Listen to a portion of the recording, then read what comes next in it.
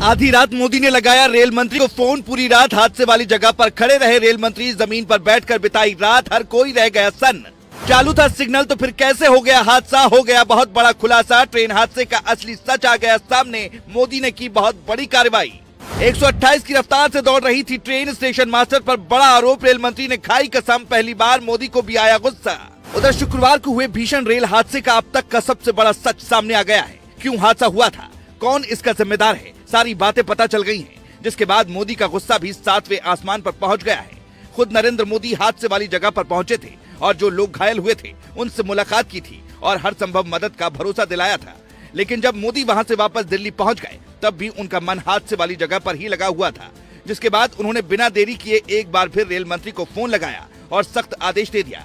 इधर मोदी ने रेल मंत्री को आदेश दिया, उधर रेल मंत्री ने भी बड़ा फैसला ले लिया। क्या है वो फैसला, उस पर बात करेंगे। लेकिन इसी बीच इस रेल हादसे पर सबसे बड़ा खुलासा जो हुआ है उसके बारे में जान लीजिए। शुक्रवार को शाम 7 बजे इस हादसे ने सभी को हिलाकर रख दिया, क्योंकि इसमें करीब 300 लोगों ने अपनी जान गंवा दी, जबकि करीब 11 लोग भी घायल हो गए। रेलवे के इतिहास में ये शायद सबसे बड़ा हादसा भी हो सकता है, क्योंकि इतने बड़े पैमाने पर आज तक किसी भी रेल हादसे में लोगों की इतनी ज्यादा जान नहीं गई है। 20 साल में तो ऐसा हादसा हुआ ही नहीं। हर किसी के जहन में ये सवाल उठ रहा था कि अगर सिग्नल ठीक था, स्टेशन मास्टर ने गाड़ियों को आगे बढ़ाने का निर्देश भी दिया था, फिर आखिरकार हादसा कैसे हो गया।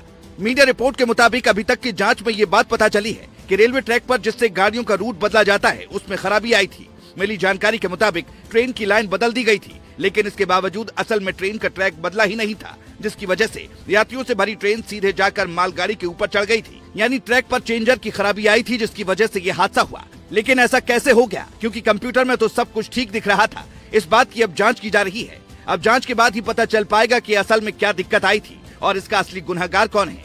लेकिन एक बात तो तय हो गई कि रेलवे के अधिकारियों की लापरवाही की वजह से ये हादसा हुआ है। इतना ही नहीं, आपको बता दें कि जिस वक्त ट्रेन हादसे का शिकार हुई उस समय उसकी रफ्तार करीब 130 किलोमीटर प्रति घंटे की थी। लेकिन इसमें चौंकाने वाली बात जो सामने आई है वो ये कि करीब 15 दिन पहले ही ट्रेन की रफ्तार अधिकतम 130 किलोमीटर प्रति घंटा की गई थी। ऐसे में ड्राइवर ने कैसे 128 की रफ्तार में ट्रेन को दौड़ाया, ये भी जांच का विषय हो सकता है, क्योंकि जब भी किसी चीज का ट्रायल होता है तो उसमें वक्त लगता है। ऐसे में फुल रफ्तार में ट्रेन चलाना कहीं न कहीं खतरनाक होता है। लेकिन इसके बावजूद ड्राइवर ने क्यों ट्रेन को इतनी रफ्तार में दौड़ाया, इसकी भी जांच हो रही है।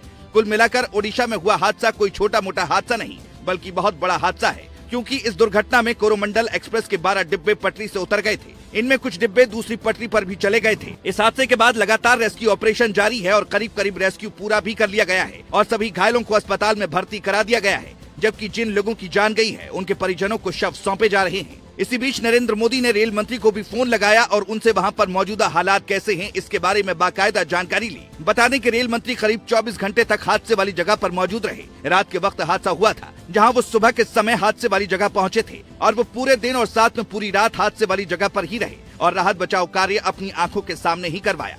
हालांकि अब देखने वाली बात होगी कि जो भ्रष्ट अधिकारी इस रेल हादसे के जिम्मेदार पाए जाते हैं उनके खिलाफ कितनी कड़ी कार्रवाई होगी। आपके हिसाब से उन्हें कैसी सजा मिलनी चाहिए, कमेंट में जरूर बताएं।